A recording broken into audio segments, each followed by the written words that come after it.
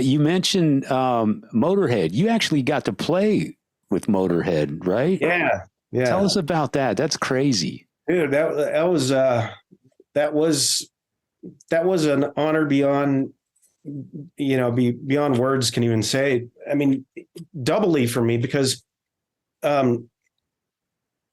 basically Mickey D had to be absent from Motorhead.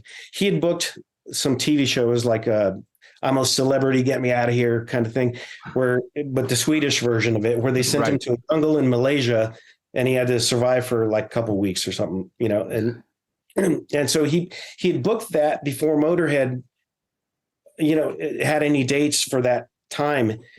And then then Motorhead ended up booking a tour right in the middle of that. Yeah. And what a lot of people don't know is Matt Sorum ended up doing the majority of that run. Saw one of those gigs in Austin. Yep. Yeah. He you guys saw that? Yeah. Cool. Mm-hmm. But Mickey, when he knew that this was going to be a conflict, he came to me and he's like, dude, I want you to play the shows. He goes, you are going to play the shows. He goes, because it only makes sense. And he goes, and you're perfect for doing these shows. I think my style is and his style are very similar. He was also one of my big influences. So I learned a lot of his stuff. All the King Diamond stuff, all the stuff from Abigail and so it's like I love that style of playing. So just naturally, I kind of that's the way I hear things too.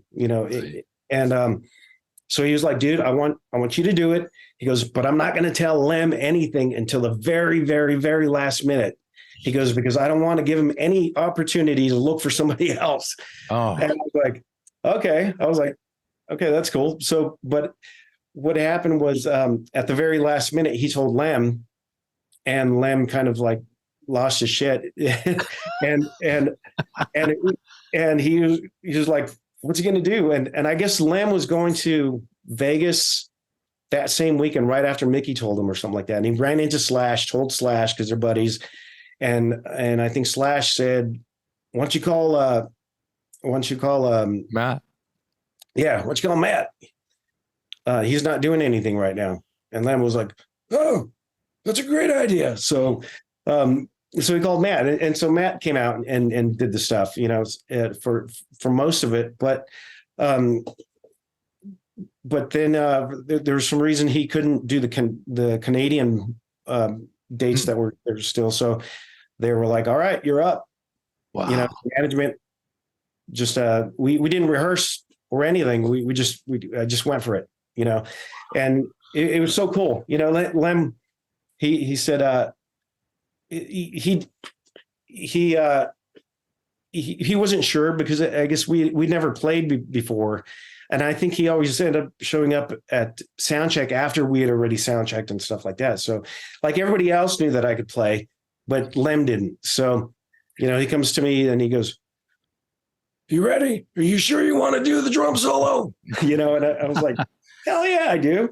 I was like, I'm not going to go this far and then stop right before the finish line, So, so I did it. And, I wasn't trying to mimic Mickey, but I was trying to keep the same feel of the drum solo. Right. That's what Lem is used to. And just to, basically keep it the same show, so, yeah. But I did that. And afterwards he was stoked. He was like, I didn't know you could do that. And I was like, so it was awesome. And he gave me his bottle of Jack and wow.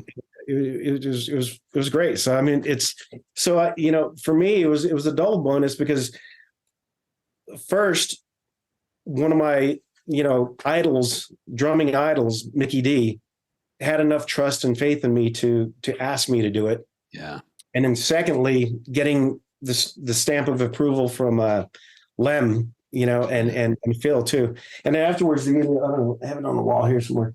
They gave me a certificate, making me honorary member of Motorhead. Wow. So and Lem and Phil signed it. They gave it to me on stage, and that was cool. That's awesome. Wow. Is this the Motorizer tour? There was Motorizer. Okay. It was 2009. Okay. Wow. So Yeah. how many Wow. dates did you play? We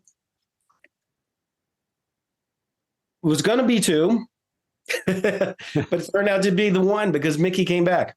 Okay, so you did one gig with Yeah. Motorhead as the So which was awesome and kind of a bummer at the same time because as anybody knows it, the first one, your nerves are going crazy and you're trying to not screw up basically.